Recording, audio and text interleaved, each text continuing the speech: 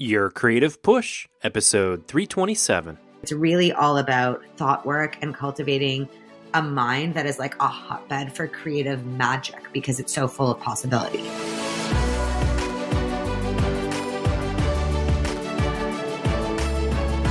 Welcome to Your Creative Push, the podcast that pushes you to pursue your creative passions. I'm your host, Youngman Brown, and my guest today is Vanessa Vakharia. Vanessa is the founder and CEO of The Math Guru, the founder and CEO of Exam Study Lounge, the author of Math Hacks, and one of the founding members of Goodnight Sunrise. You might remember David Kochberg was on the show a few episodes back, but Vanessa comes on the show today to talk about how her life started when she failed math twice. It's a theme of this episode, how many of her successes and many of the things that she has accomplished have started from a failure. Vanessa talks about the way in which we define ourselves as good or bad at something and then live that narrative, and how the focus should be in doing something new, creative, and enjoyable as opposed to profitable. She shares her realization that taking the time to get to one of her pursuits has to come from one of her other endeavors, and as such, how and why she takes a time inventory. And then Vanessa gets into music. She talks about her lifelong dream of becoming a singer like Lady Gaga or Britney Spears, and the stumbling blocks that she encountered along the way. She shares the story of how one man called her, quote, the worst singer that he had ever heard, and how she actually took that as a positive. She also shares her strategy of growing immune to rejection and how that allows her to try for crazier and crazier opportunities, like the opportunity that David talked about when he was on the show. But she shares her take on the experience of opening up for Bon Jovi and all of the crazy synchronicities that were involved, and how anything is possible, but getting small examples of those seemingly impossible events that you were able to achieve, grabbing onto those and using them as proof for further ventures into the impossible. Vanessa has such a great energy, and no matter what your pursuit is, I challenge you to try to tap into her energy in this episode, especially as it relates to dealing with failure and taking criticism. She has an incredible outlook on those two things, and it's something that we can all use as an example for when we ourselves experience failure or criticism in our own creative lives. And also a song for you at the end. So please sit back, relax, and enjoy my conversation with the awesome Vanessa Vakharia. Vanessa, welcome to Your Creative Push. Thank you so much for having me. No, thank you for being here. We actually spoke a little bit after David Kochberg's interview. He's your bandmate, and actually it's kind of a synchronicity because his episode just went up on Your Creative Push's YouTube channel today. I'm a little bit behind pace on that. I'm about to catch up, but it's kind of a synchronicity that went up today. That's episode 317 for anybody that hasn't listened to it. But anyway, we got to talk a little bit at the end of that episode and decided that we needed to do an episode with just you. Yes. So I'm very excited to finally speak with you. Me too. Okay, so I always like to give my guests the floor to start out, to just kind of tell us how you got to the point you are today in your life and kind of creatively speaking. Oh my gosh, that's such a overwhelming question. But I know. Okay, so I guess I kind of feel like my life started really when I failed math twice. So I kind of feel like while that wasn't the starting point, that's kind of what I always think of as the starting point. Like where I am today started with this grand failure. So I failed grade 11 math twice in high school, and it's so crazy because it's one of those things where you don't realize unless you're realizing it in hindsight. I didn't see any of this play out, but now when I look back, it was so clear. The reason, if part of it is the reason for the failure, and part of that was just being really, really made to believe by society, by my peers, by my parents, by my teachers, that there are two types of people in this world. There are math people and there are creative people. And I was always a creative person because I had this whole dream of becoming a rock star and moving to LA and marrying Keanu Reeves, which is still cool, by the way. But when I was failing math, I really wasn't interested in school. So I failed math because, I wasn't supposed to really like math because I was quote unquote creative. And I finally, my parents, like after failing math the second time, were like not so down with my moving to LA and marrying Keanu plan. They made me switch to this alternative school. And this alternative school was like this super hippie vibe school. Like there were only 100 kids. Like we called teachers by their first names. We actually had like cigarette breaks back in the day. Like it was this type of school. And that wasn't like a million years ago either. It was just like, kind of this type of person that went to the school wasn't this traditional person. They were sort of catering to whoever. And I remember I walked into math class and I told my math teacher, my new math teacher, I was like, you're going to have a really tough time with me. I'm not a math person. And she just looked at me and was like, you're not a what? Like, that's not even a thing. And I was like, what? And she was like, why don't you just try? Like, why don't you just be open-minded, like sit in class, learn the stuff, try and do it and see what happens. And it was that like fundamental shift in thinking when I was like, I kind of made the decision as like a 16-year-old. I was like, okay, I'm just going to not be any type of person. I'm just going to try. And I ended up with a 99 in grade 12 math that year, which was insane.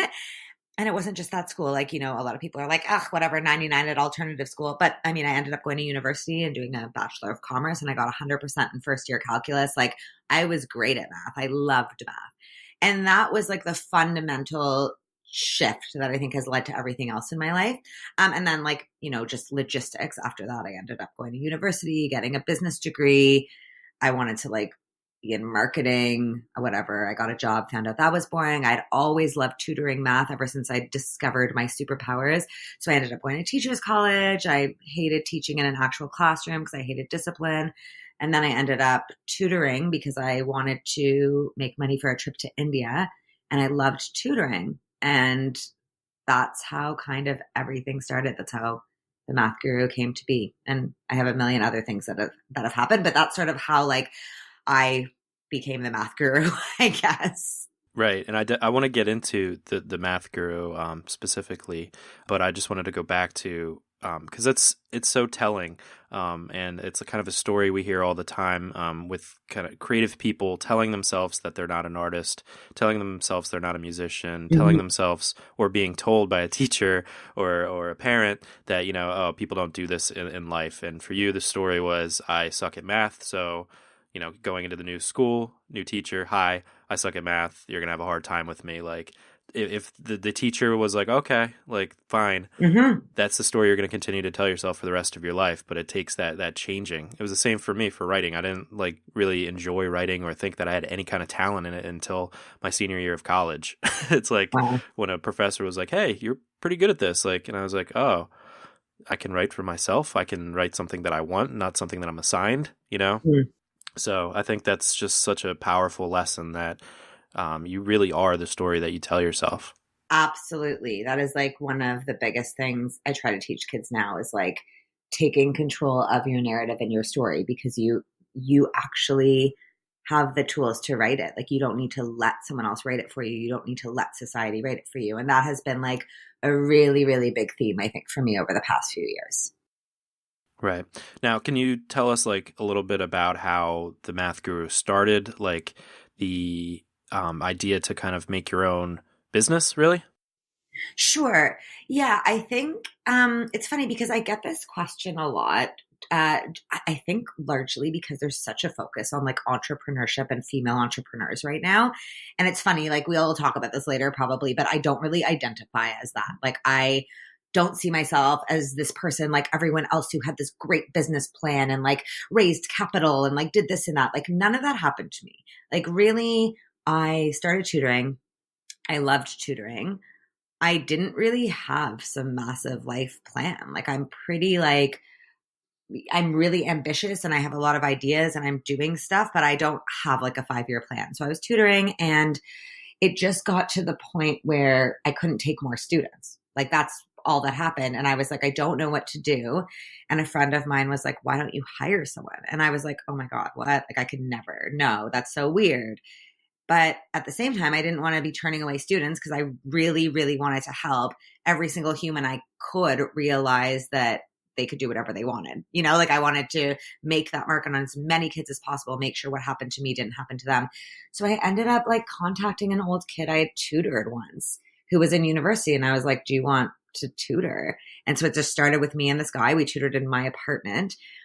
He like would come to my apartment and he had students, and it just sort of snowballed. Like it just kind of happened. And then I hired someone else, and then we didn't have room in my apartment anymore. So I started looking for a bigger space, and then I got bigger space. And it's been such like organic growth. Like I think it's been very reactive. Like, and it's funny, like when I started tutoring, I was literally driving to people's houses just tutoring to make money. Like that was kind of the end of it. And, you know, doing my own, like putting up flyers and whatever.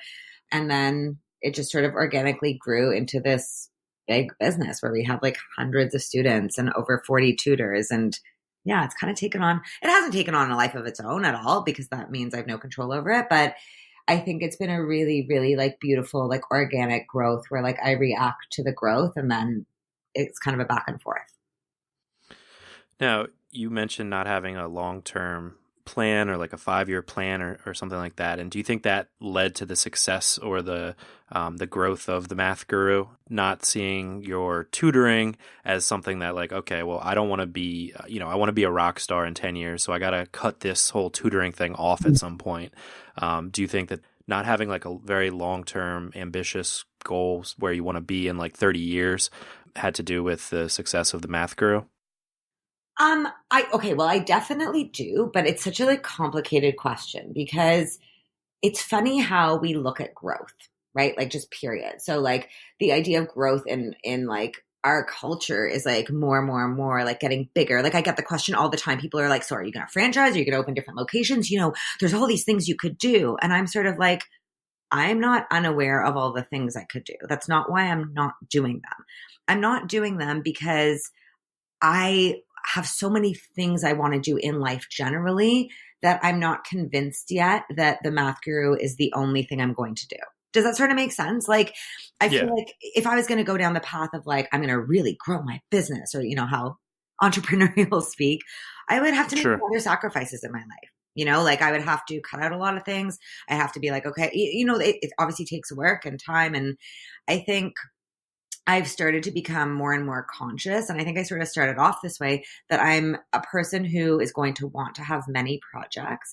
And this is one of my projects, and I love it so much. And I want to be able to be creative with it and not only be focused on the bottom line. And because of that, I might not have the type of plan that many like entrepreneurs would have. And I kind of get that a lot. Like I'll get like people like entrepreneur-splaining. Is that a word? It should be a word.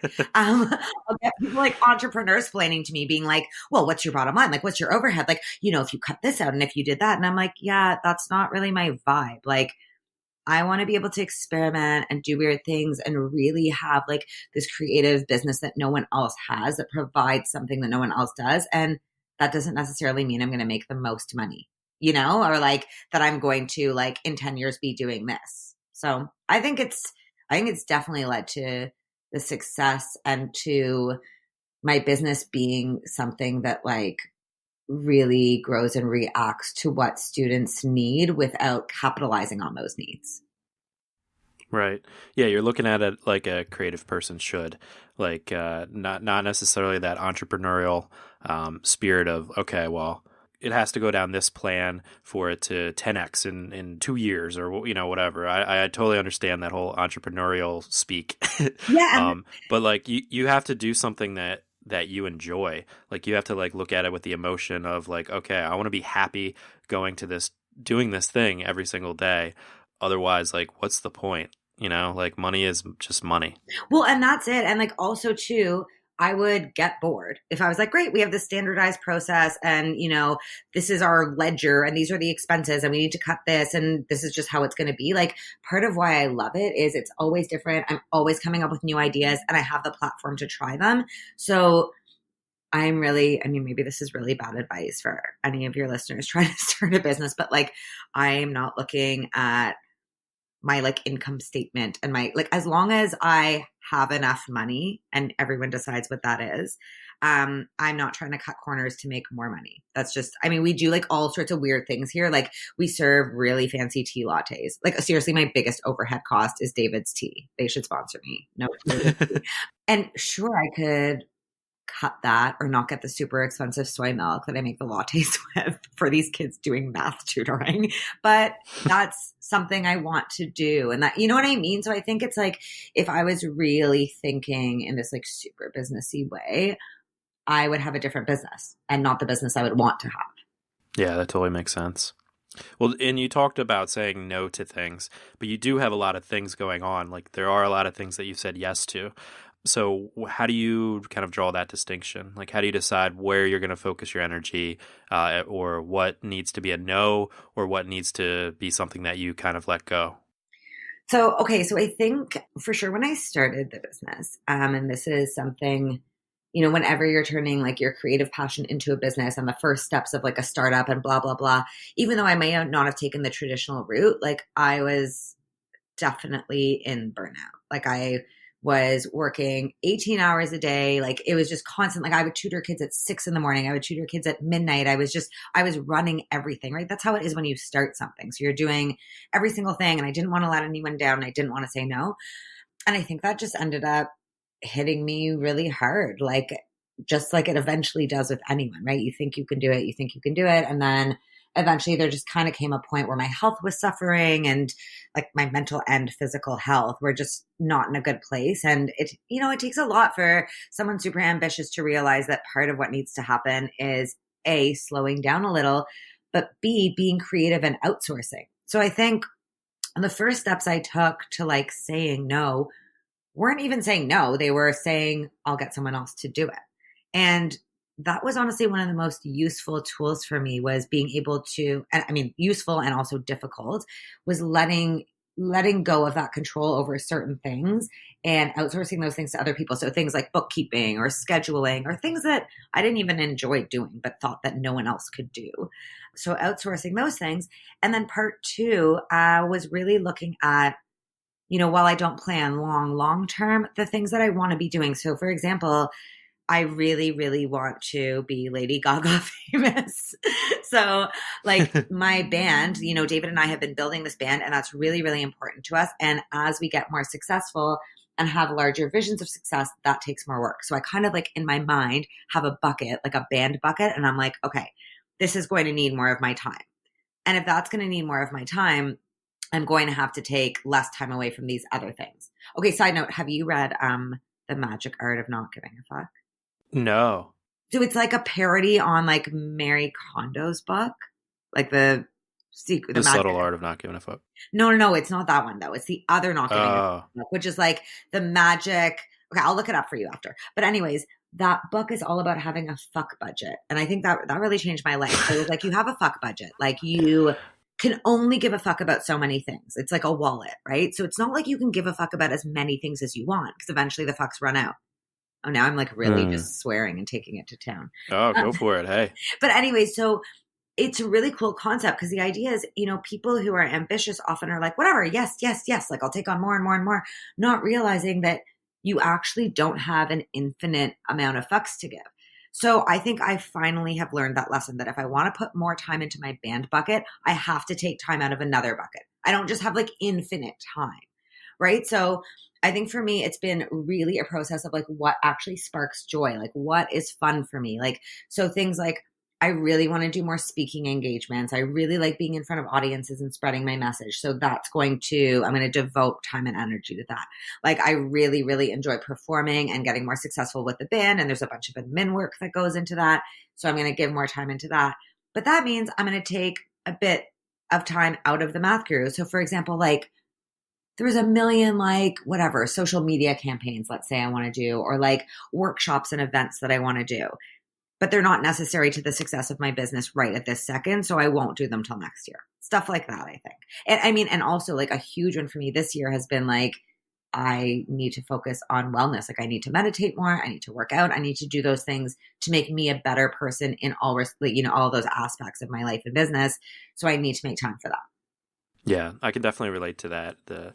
that whole notion. And I'm definitely going through that right now too, because I have a lot of different things going on with like the podcast and writing and music videos and stuff like that, and a full-time job, but also that's like been fairly balanced for the past 3 years. There's always that those moments of overwhelm and stuff like that. But now my wife got a job in Philly, so I need to find a new job in Philly, and it's like coming up with that decision of what jobs I want to apply to, but also trying to figure out like a side hustle, maybe ways to make money like in voiceover. So I'm like learning how to do that. We're also looking to buy a new house. Like there's all these life decisions that have all of a sudden come into play, and that need to take all of my fuck giving. And that's really eye-opening then for all the creative things that have kind of been on autopilot right now.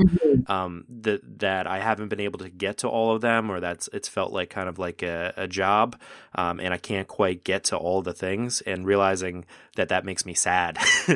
And then it also kind of opens your eyes to which of the creative things that you kind of do on autopilot really mean the most to you and like bring you joy in your daily life. And then when you don't have them, like feeling that kind of loss, Absolutely. And that's okay. I'm only like kind of thinking of this analogy right now, but it kind of ties in like, it's kind of like you're doing a spring cleaning, right? Of like your life right now, like the way you're describing it. And, right. And that's kind of, I think, where did I hear this? I think I heard this last week, that it's often like there's little things you do throughout the day that, maybe you don't even notice. Like you make some little sort of change, or like I like play guitar for like 10 minutes every day because I'm trying to learn how to play guitar, which is really hard. So for 10 minutes. And, if in a week I don't have time, I cut out that 10 minutes. Like I just kind of skip the guitar. Or it's the same with meditation. I'll just, whatever, it's 10 minutes of meditation. It's not a huge deal. I just skip it and I move on. But at the end of the week, if I'm just kind of feeling like, like I'm not feeling right, I'm not feeling in flow, and I'm like, I'll look back on the week and be like, I don't understand why. Like the only thing I cut out was 10 minutes of my day. That's not a big deal. But it's often those things that go unnoticed that are actually making a big difference in our lives, So I think it's really important to take an inventory like every few months. I like to do it every new moon because I'm super into the new moon. Yes. I'll tell you a good story about that after. But okay. I like to take like an inventory of what are the things that are taking up my time. Like literally just a time inventory. How's my day spent? How's my week spent? How's my mental space spent? And what of those things are actually serving you, and which of those are just not things that spark joy? Right. And then kind of just sweeping that. If you sweep those out, you make room for new things. And most of us have too many things that we want to do, and we're not getting to the things we really want to do because of this kind of like the dust bunnies of like day-to-day blah.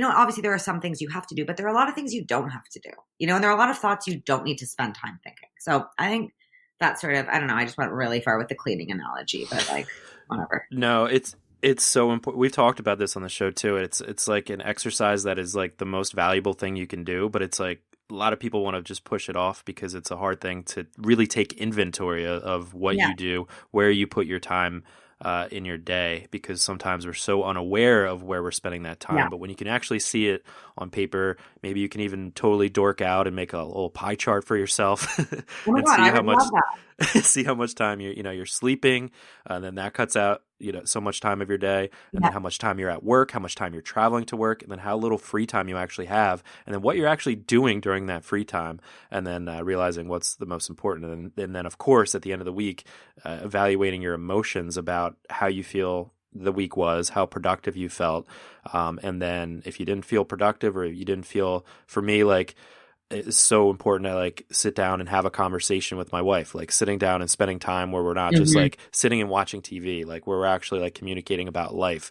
And then like by the end of the week, like it's so nice when we've been close, you know what I mean? Like it's such a different life than when we're both running around super busy, traveling back and forth, separated, you know what I mean? It's really important to put your finger on the pulse of your life and what's really important to you, and really investigating that and taking inventory. I love that. And that's that's the perfect example, right? Because it seems like something so little, like sitting there and having a conversation, but that the joy that brings and the long-term gain that brings is so huge that if you don't make time for it, you're really sort of missing out, right? And I don't know, I think it can be fun. One of the biggest changes I made this year starting in October, actually, I started like this crazy spreadsheet system, like to track Nice. all my inputs and outputs. So it's Now like you're literally speaking all my my, language. yeah. Well, like, so like inputs, like everything I was eating, like sleep, like, Mm. anything I was like taking in physically or emotionally, like stress about the band, stress about relationships. I had columns for all of them.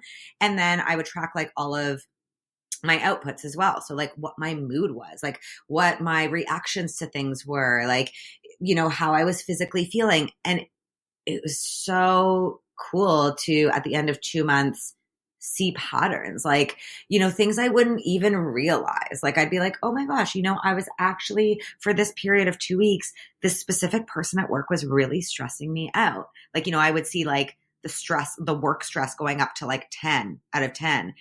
And my mood would be like kind of irritable and whatever as I was tracking. And then 2 weeks later, I realized that I was putting a lower number in that column, in both columns. And I was like, oh, these are really correlated. Like, I didn't realize how annoyed I was by the specific work thing. That's just one example. But I think a tracking system is really important because you can think like, well, whatever, I know what I eat in a day and I know what's pissing me off. But it's those subtle things you often don't realize are really stunting like your creative growth or stunting like your actual like motivation to do things and follow up on things. So I'm really into tracking.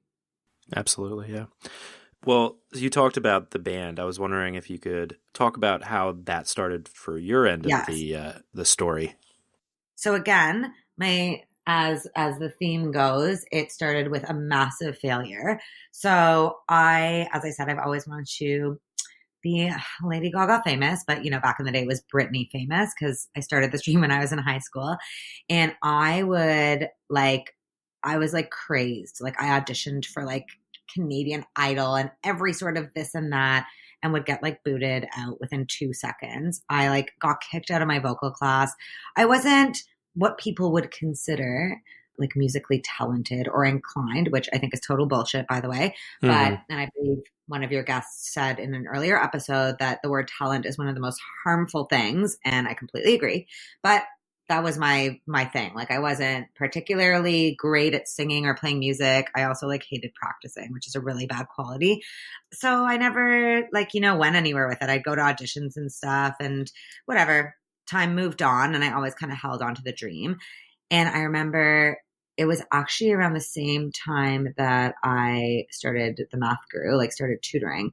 I was at a bar and I'd had like a bit too much to drink, I'll admit.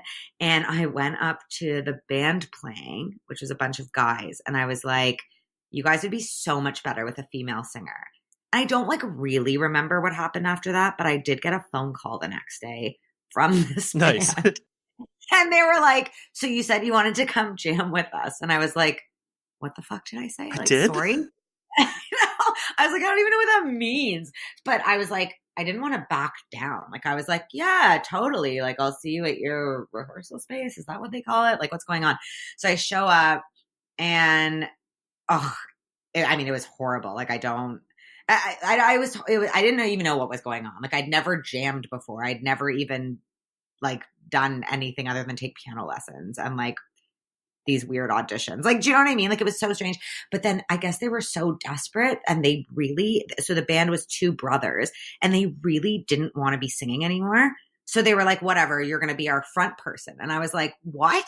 So I like became a part of this band called The Big Deal. And it ended up so David ended up joining the band as a drummer later on. And I remember our first show, after our first show, this guy came up to me and he said, you are the worst singer I've ever heard in my entire life. Thanks, guy. Yeah.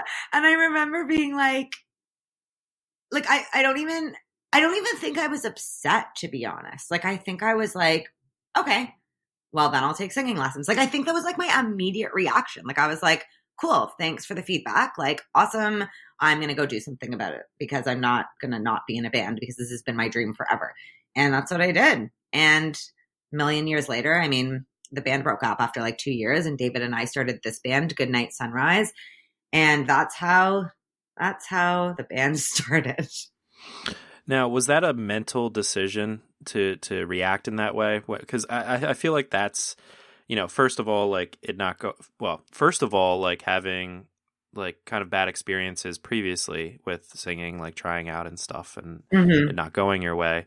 And then the jam session not going well. And then a comment like that would definitely deter most people that are listening from continuing on. Was it like a mental decision? Is it like a mental toughness or is it your personality? I'm trying to like, I really like feel like I have very few childhood memories for some reason, but like I'm trying to think. I think I used to be like a really insecure person and really care what people thought about me. Like I remember like moments like if I was like 1 minute late for a university lecture, I wouldn't go in the room because I didn't want people to all turn around and stare at me. And I really think this is a blessing of A, age, and B, dealing with so much failure and like not being the coolest person in high school, like that kind of story that has really helped because like I think I know we talk about this a lot now, like embracing failure, oh my gosh, blah.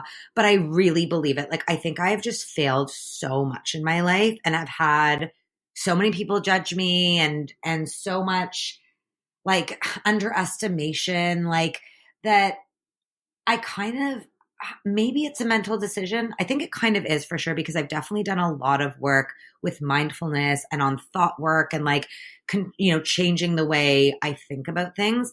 But I think I kind of think all of that. My instant reaction is humor, to be honest. Like if someone says I suck at something or I fail, or if I do fail at something, or if something shitty happens, like my first reaction is like, well, shit.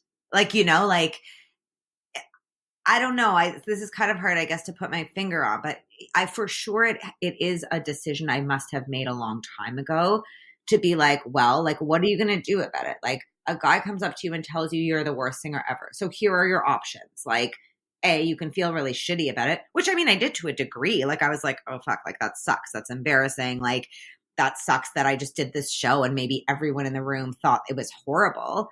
But then this is a weird thing to say, but like I've always sort of liked being like the underdog or like being underestimated. Like to me, like that's kind of like your best kept secret. Like I kind of like when people think I suck because it gives me the opportunity to surprise them later. And it also like candidly, it really gives you the opportunity to improve. Like if a guy literally comes up to you and says you're the worst singer ever, well, you know the problem.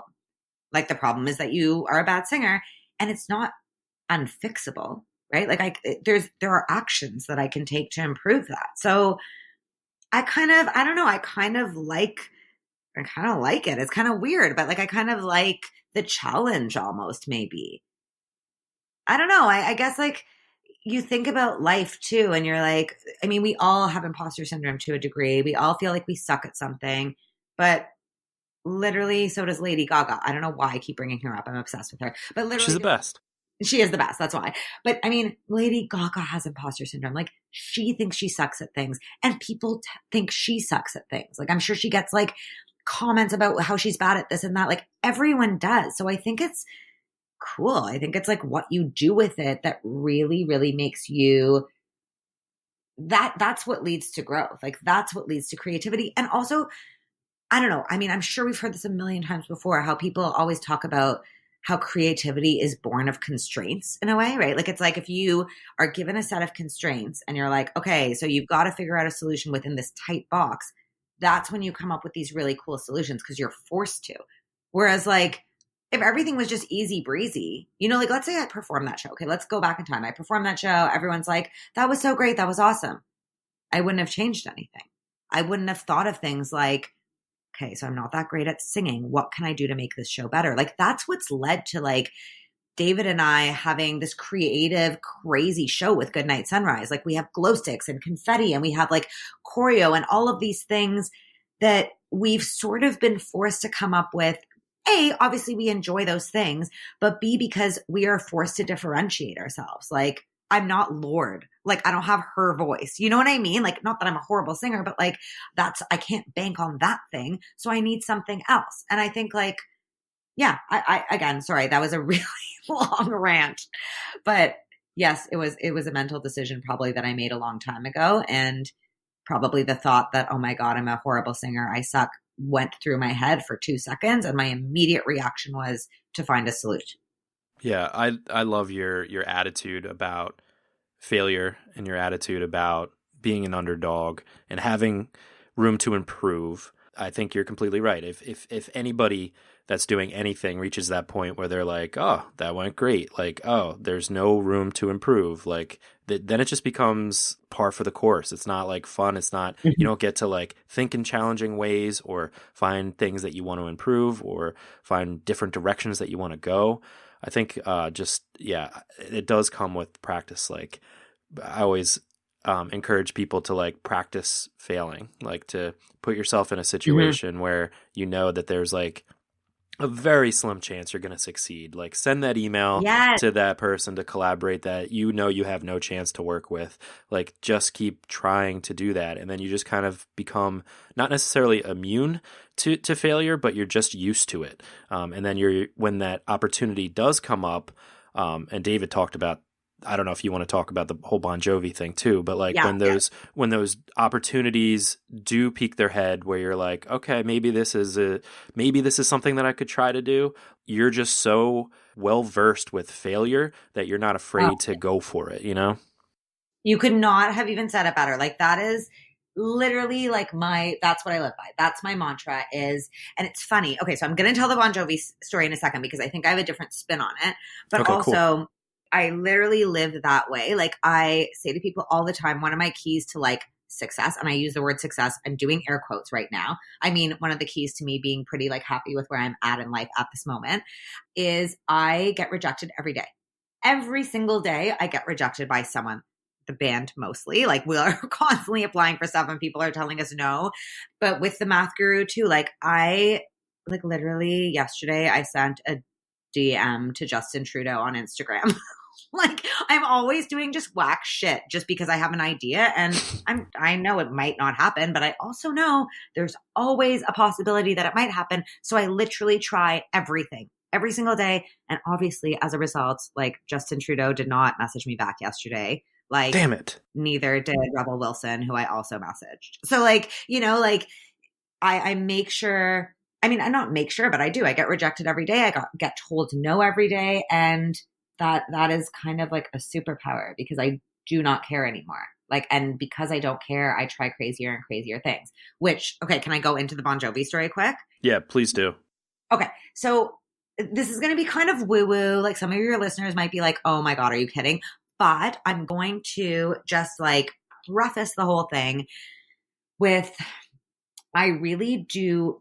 I also think one of the most important things as a creative person or as someone who wants to do anything in life and just have a great life is the true belief that anything can happen. Like not the fake belief, but like, and it can start by you just kind of saying it if you don't really believe it, but really believing that anything can happen. And I often think like you need even one moment to draw on to remind you of that, right? Because once you believe that anything can happen, that's when the power of like manifesting and putting faith in the universe while doing everything you can to make something happen.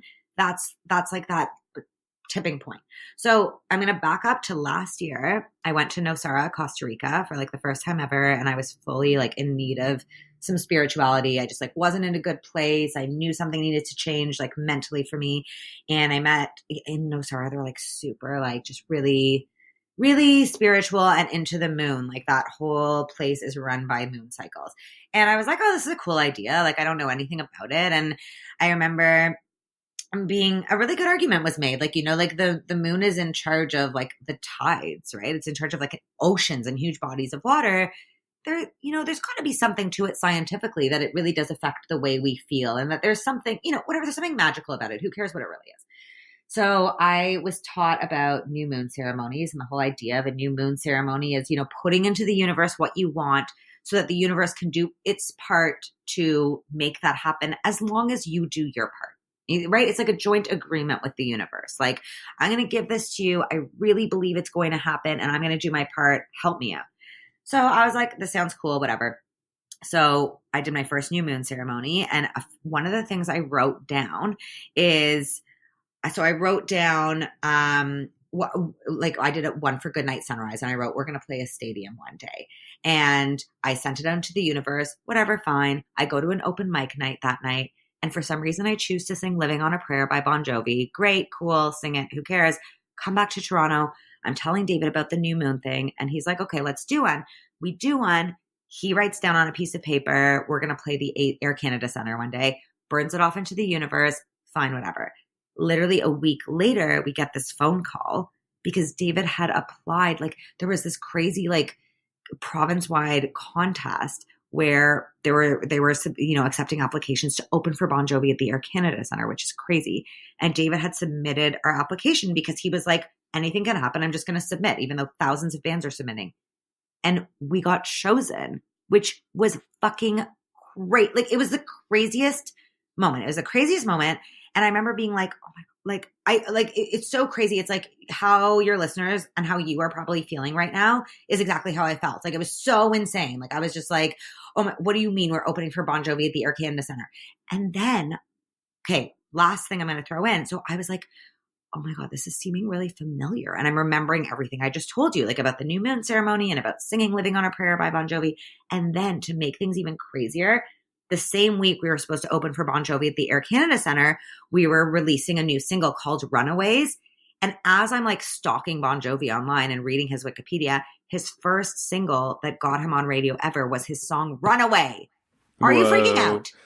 That's amazing. But it is crazy, right? Okay. So I get that this is pretty like, it could be a coincidence, whatever. But it's a moment like that. And that's a big moment, but it can be a small moment. It can be like a synchronicity moment or like this coincidence that might have not been, or just like that crazy thing happening to you that like you couldn't believe happened that you need to hold on to for the rest of your life, right? That is your reminder that literally anything can happen. And it's going to take a lot of no's and a lot of rejection and a lot of disappointment and a lot of failure before you get to that moment again. But when you do, you're going to be prepared for it and it's going to be really worth it. And none of those no's or failures or disappointments are ever going to matter again. So, okay, listeners know that I love synchronicities and stuff like that. And me too. Yeah, I always describe it as like a wink from the universe, like when you're kind of on your path and you put something out there and you kind of get those weird coincidences, you know?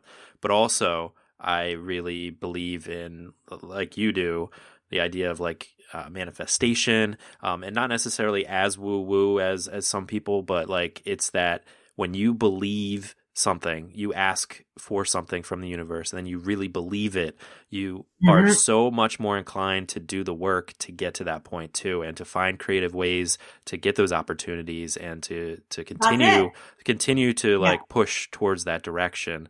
Like it's so much about mindset, and kind of like we were talking about before with taking inventory, you realize like what's the most important to you and like which directions you need to go in. So well, and that's it. And like literally everything is about mindset because, you know, like there really is something to the fact that you construct your own reality. Like your reality is literally constructed by thought.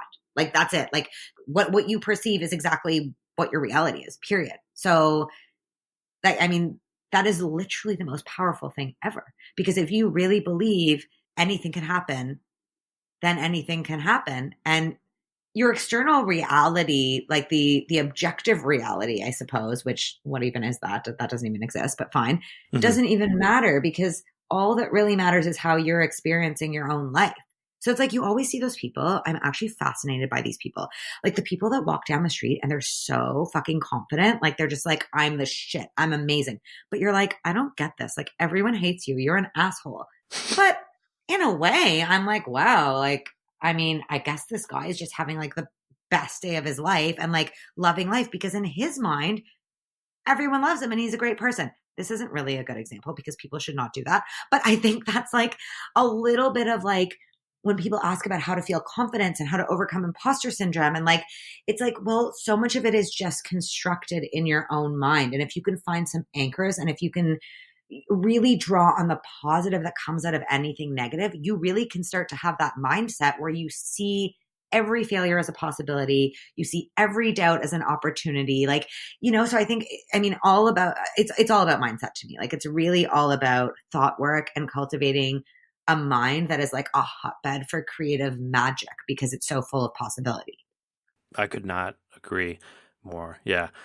The universe is a powerful thing, and the brain is a powerful thing, and a human being is a powerful thing, and especially a creative human being. And it's just like literally up to whatever you put your mind to, like in whichever direction you want to go, whether you want to be a musician, a math tutor, a writer, or just like a professional TV watcher. It's like all what you basically what you put your effort into, and you can be the best at it if you just keep going.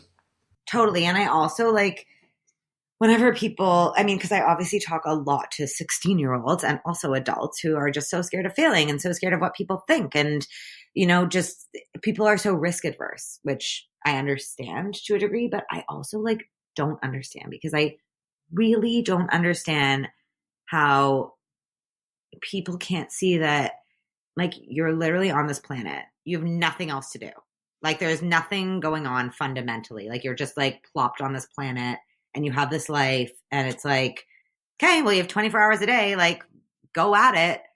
How you would not want to like do the thing you want to do. Like I actually like, it kind of boggles my mind. Like I don't get it. So like, that's one of my number one things. And people are like, I don't know, like, should I, like, I might as well stay in this thing I really don't like, or I might as well not even try. It truly, truly boggles my mind.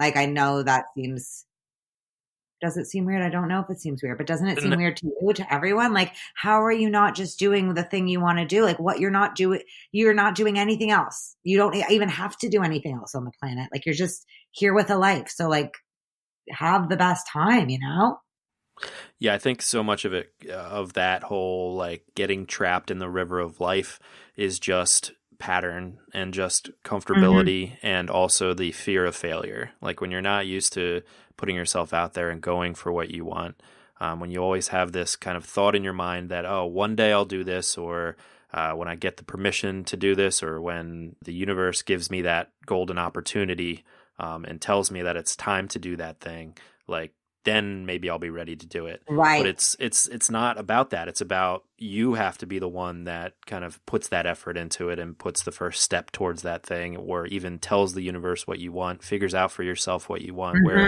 what job you want to do, or whether you don't want to have a job, or whether you want to sing in front of thousands of people. Like you have to sing in front of one person first. Like you have to sing in front of yourself first, Yeah.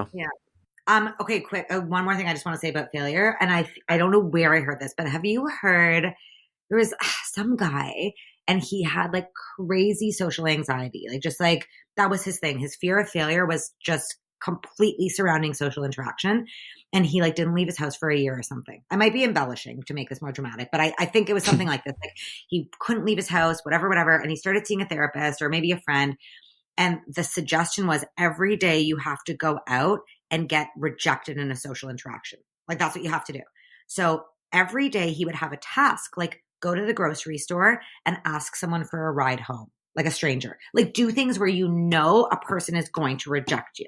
And so he did this like every single day for 2 months. Like he'd go up to strangers and be like, hey, do you have a piece of gum? And they'd be like, what? Like, no, you creep. And he was like, all right, success. Like if he got rejected, it was a success. And he got over his social anxiety and ended up making like a game about this that is now like a bestseller on Amazon or something. But isn't that a cool idea? Like, Yeah, I just loved that. I was like, the guy's name is Jia Zhang. Oh my God, wait, and he has a TED talk about it. Okay, did I make We'll link it in. Okay, yeah. We'll link it in the show notes page. No, you're pretty spot on.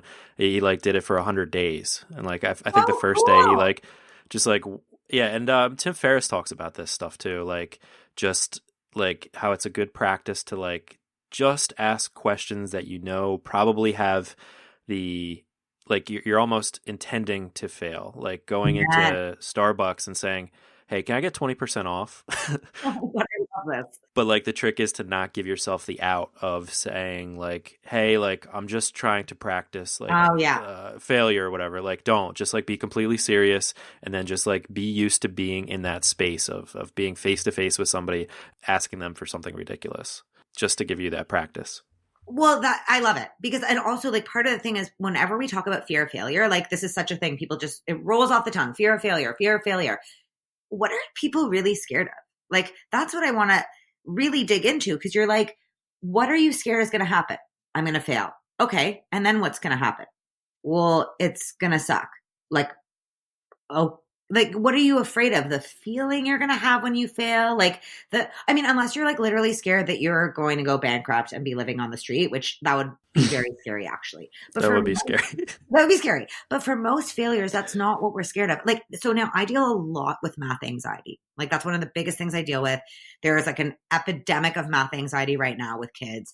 And that's always what I get into with kids is they're so scared to fail their math tests that they start blanking out and they don't, they do worse than they would and da da da da. And when I'm trying to dig with them, I'm like, well, what's the fear? Well, my fear is I'm going to fail the math test. Okay, well, then what? Well, then I won't get into university. And then you're like, you really think you're not going to get into university if you fail a math test? Well, no. Okay, so not university. What else? Well, my parents are going to get mad at me. Like when you start breaking down what you're actually scared of, it's not the failure. Usually it's like the emotion surrounding the failure. Maybe we're just scared to feel bad or disappointed or whatever those things are. But really, when you really dig deep, none of those things are that bad. Like none of the things associated with failure are as bad and scary as never trying to achieve your dreams. Like that's fucking scary, Right. It comes down to like the emotions that are attached to it for sure. I think you're right. Specifically talking about like exams or tests. Like I was a pretty good test taker and my sister, I would say she's just as smart as me, but she was not a good test taker because she would be like, feel the pressure when the test was happening. Like, oh my God, I'm in a test and I'm a bad test taker. Mm-hmm. It all goes back to what you were saying before about not being good at math. My sister's probably smarter than me, but I was good at studying a test and I kind of thrived in the moment of, okay, I remember this from last night. But that doesn't mean I'm smarter. Like if I can like have the same intelligence, but take the test and do better. Like that just means like that I'm good at retaining information for like one night. But it's really just comes down to like kind of the story you tell yourself, just like we were talking about before. Mm-hmm. Mm-hmm. Well, can you talk about how your book Math Hacks came to be? Mm-hmm. Okay, so Math Hacks came to be because I was actually approached by Scholastic and they were like, we've read your blog. We love what you do. We really want to talk about writing a kid's math book. Okay, so full disclosure, I actually don't like really talk to kids. Like, not like, oh my God, I won't speak to a child, but what I consider my expertise is like teens. Like I've always tutored teens. I'm more comfortable around them. At the Math Guru, we tutor a ton of elementary school kids, but I don't really I'm kind of intimidated by like groups of children, to be honest, just because they're so honest and like they'll tell you if they hate you. So I think I'm like, yeah, I'm a bit intimidated by them. And I certainly have never taught elementary math. So when I went to meet with Scholastic, I had all these like really cool book ideas. Like I was like, oh, I want to write a book about math anxiety, or I want to talk about how kids can use math in their everyday lives. And they were like, no, we want you to write a kid's math book, like with the concepts from the curriculum and actually teaching them how to do it in your fun voice. And I was like, oh my God, like this is crazy. Now, like literally my initial thought was like, how am I ever going to do that? Like, do you know how hard it is to explain to a kid like what a decimal is? That's way harder than teaching someone how to factor. Because, it's like, I don't know what's a decimal. Like, it's just a decimal. So anyways, so I said yes right away because I was like, no, I'm going to do this. Like, again, my strategy normally is to like promise and say yes first and then figure out how to do it later. That's kind of my overall philosophy with most things. So I was like, yep, absolutely. I'm going to do this. Like, sounds great. And then I left being like, oh my God, like, I don't know how I'm going to do this. And I ended up going away for 2 months. I booked myself like this. I actually stayed in this like amazing place in the country. And I literally took away all distractions and was like, I'm going to write this book for 2 months. And it was kind of crazy because it was one of the most challenging things I've ever done because I've never written a book before, and I've never taught like grade 3 math before.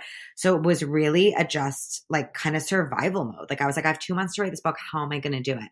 And I'm just really proud of myself because I really just buckled down. I like made an outline and I just started doing research. You know, I was like, okay, how have people taught these concepts before? How am I going to do it? And I just did it. You know, I just started doing it. And it was definitely one of those situations where I could have just said no because I was totally uncomfortable with the idea of it. But instead I said yes. And I found creative ways to figure out how to do it.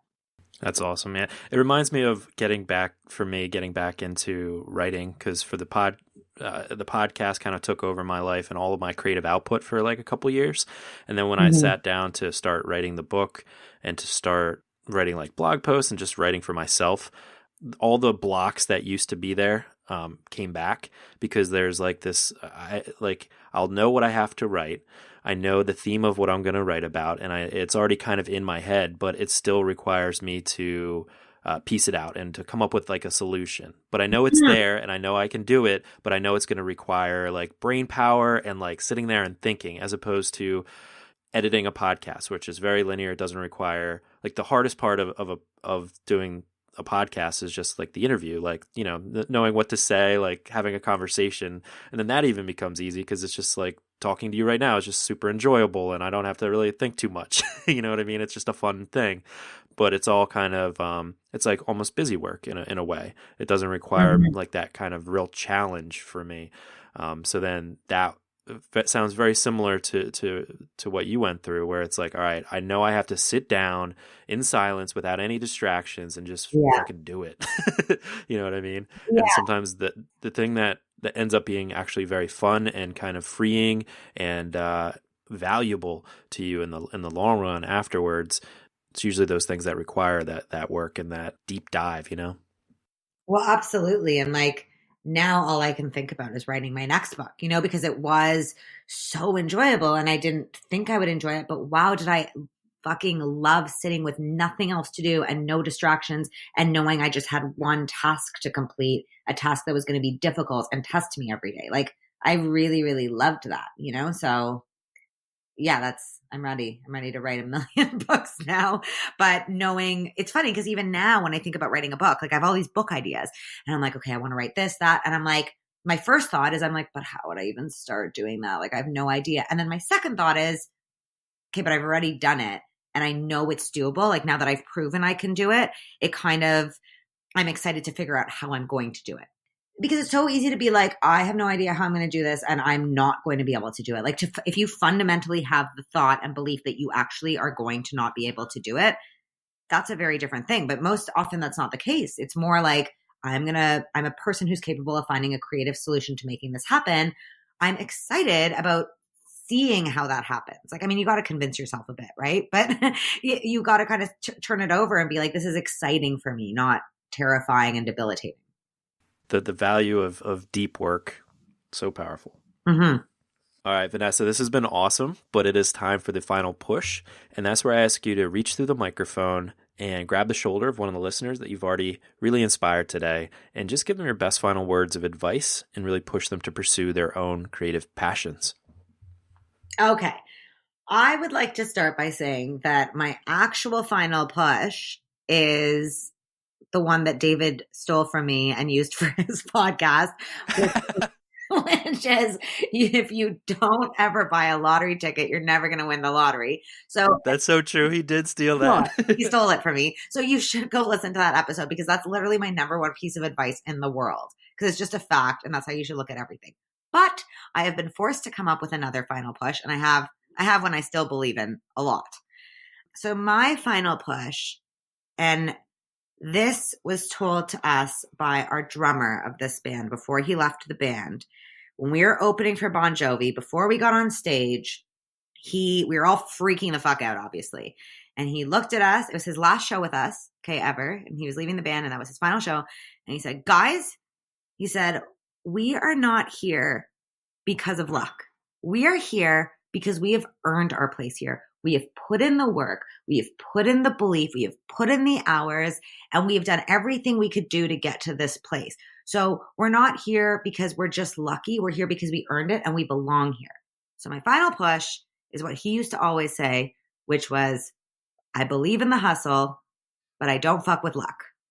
The whole meaning behind that is really the thing you can control is the hustle to get somewhere. You can put in the work. You can call the people. You can send those emails. You can put in the practice hours.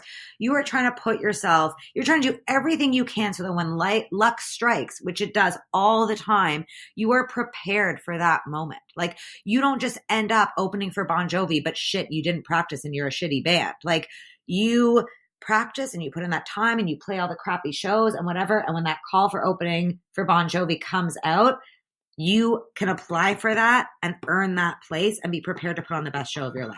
So the hustle is in your control. The luck isn't. And you're trying to get to that perfect pinnacle where the two meet, and you've done everything you can to take advantage of that lucky moment. And also don't count on luck, right? Like, that's not what you're counting on. Like, luck is around and it's going to, you're going to seize a bunch of moments, but that's not the thing that you're just waiting for. Like, the hustle is what your active process of getting to take advantage of that lucky moment. So true. I'm so glad that there was copyright infringement involved with David, and so that you could give that final push. It's so true. Yo, and good for him too. Like, what a great last show. Like, what a great time to quit. Well, it's funny. He had quit before, actually. Like, he was kind of out of the band and we'd been playing with other subs. It had been a few months, but once we had never done an official last show. And once we got the call for Bon Jovi, we were like, okay, Paul has to play this with us, obviously. Right. So. That's so cool. I love that. And I love this conversation. Definitely delivered. So I'm so happy that you came on the show. And thank you so much for doing it, for sharing your story and sharing your inspiration, Vanessa. I really appreciate it. Well, thank you so much for having me. It was an absolute pleasure. And I hope I inspired someone today. You definitely did. You inspired me. Oh. And for everybody that wants to find more about Vanessa, you can head to themathguru.ca. On Instagram, she is the Math Guru. Of course, goodnightsunrise.com. And you can get the book Math Hacks at amazon.ca. But we'll have all of that linked up at today's show notes page, yourcreativepush.com/Vanessa. Vanessa, thanks again. Thank you. Huge thank you to Vanessa for coming on the show and giving us that energy. Guys, you can do multiple things, and Vanessa is such a great testament to that. You can have multiple business things going on, but also be in a band that opens up for Bon Jovi on the side. You can hustle. You can do multiple things. I know that sometimes we need to cut the fat. We need to cut out some of the things, like Vanessa said, that are taking too much out of our other buckets. And it's important to take that time inventory, but it's also important to remember what is making you the happiest.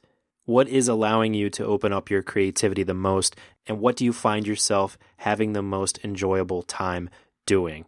Do those things. Don't worry about the fact that they are maybe unrelated, that one doesn't necessarily help you with the other. Continue to hustle with all the things that you enjoy and wait for those lucky opportunities to present themselves. And also, this is a great opportunity to talk about failures and how great things can come out of failures. And I know if you've just experienced a failure, it's the last thing that you want to hear, but it's such a common theme in this podcast that it needs to be repeated. And Vanessa, the whole theme of this episode was about how so many great things came from her failures. And my encouragement here is to look at your big failures as opportunities, to keep your head up. And I'm not saying that as like, keep your chin up, buddy. Like, it's going to be okay. Obviously, like, it sucks when you fail and there is going to be sadness that's involved. What I'm saying is, like, keep your head up, keep your eyes open, be looking around as opposed to looking at the ground and forlorn. Keep your eyes open for those opportunities that come from having a pivot point. Because as creative people, and really all humans, we get into patterns. We just kind of live life. I was even talking about that in the episode today, how the podcast is kind of dialed in. It's just almost busy work, except for the interview itself. We like patterns. We like things being easy, and we don't like being challenged. And that's why we have so few pivot points in our lives. And when one is forced upon you because of a failure, whatever it may be, it's going to be unique for everybody. but that's an opportunity for you to start down a new path that maybe you didn't have the willpower or the bravery to try for before, but now one is kind of pushed upon you. And if you can play your cards right and be looking for that correct opportunity, for that lucky, perhaps, chance to come your way, you'll be much more prepared to do it if you are seeing your failure as a chance to change. So I just encourage you to keep your chin up, just keep your head up and keep your eyes open and be looking at those failures as an opportunity, because at the very least, it will help your mood. And that being said, hopefully you were able to take some of Vanessa's energy, especially as it relates to failures, of course, but dealing with criticism. I love that story of her being told that she was the worst singer that guy ever heard, because like when you're doing something creative, that's like that is the fear. Like you don't want somebody to come up to you and tell you that. And the way that she was able to handle that, I think, is to be commended. And hopefully the next time you receive a criticism, especially a criticism as brash as that, hopefully you're able to think back to her attitude when she was presented with that situation. And hopefully it encourages you to, first of all, not punch the dude in the face, but to see it for what it is and to move forward accordingly. Make some changes if you have to, but the key there, move forward. On our next episode, we have Andrew Tischler. Andrew is a professional artist from New Zealand who has been a professional artist for the last decade and a half. He's an incredible realist painter, but he also has a popular YouTube channel, which he started in 2016, where he shows some of his art life, but more importantly, some instruction on how to better your painting style. If you want to find out more about Andrew, you can head to his website, andrewtischler.com. That's Tischler. On Instagram, he is Andrew_Tischler_artist. And on YouTube, he is Andrew Tischler Art. But we'll have that all linked up at today's show notes page, along with everything we talked about with Vanessa at yourcreativepush.com/327. But that's all I've got for you today. Hopefully you were inspired to go and get to your creative passion. So go and get your work done, and we will be here for you next week if you need that push again. And we are going to leave you with something special today. Please enjoy the song Catch Up by Goodnight Sunrise. They were kind enough to let us play that song. That's their newest single, and I hope that it sends you off into a wonderful creative day. I love y'all so much, and we'll see you next time. Bye.